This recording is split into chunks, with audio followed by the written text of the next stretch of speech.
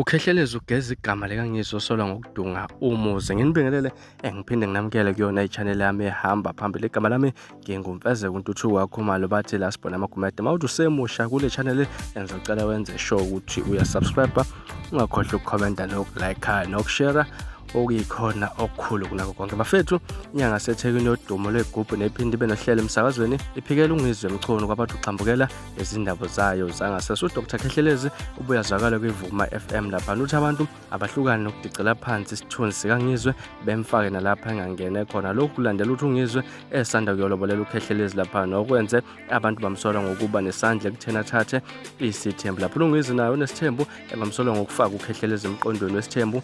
Baboda baveza ukuthi ungizwe usondelene noKhehlelezi ngakho uzochitha umuzi kaKhehlelezi futhi lokho kuhlukumeza unkosikazi wale nyanga yodumo.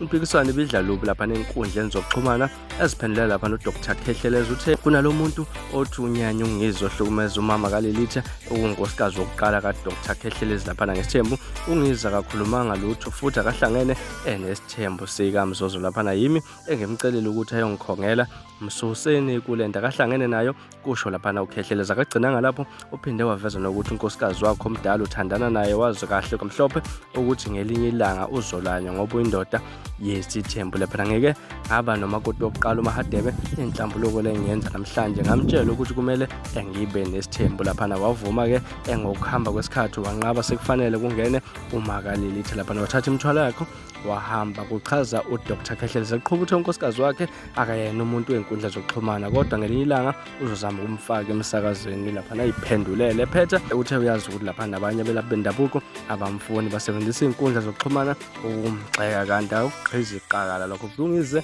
kuze kwashaya isikhathi sokushicelela engazange atholakala lapha umfoka Mchunu.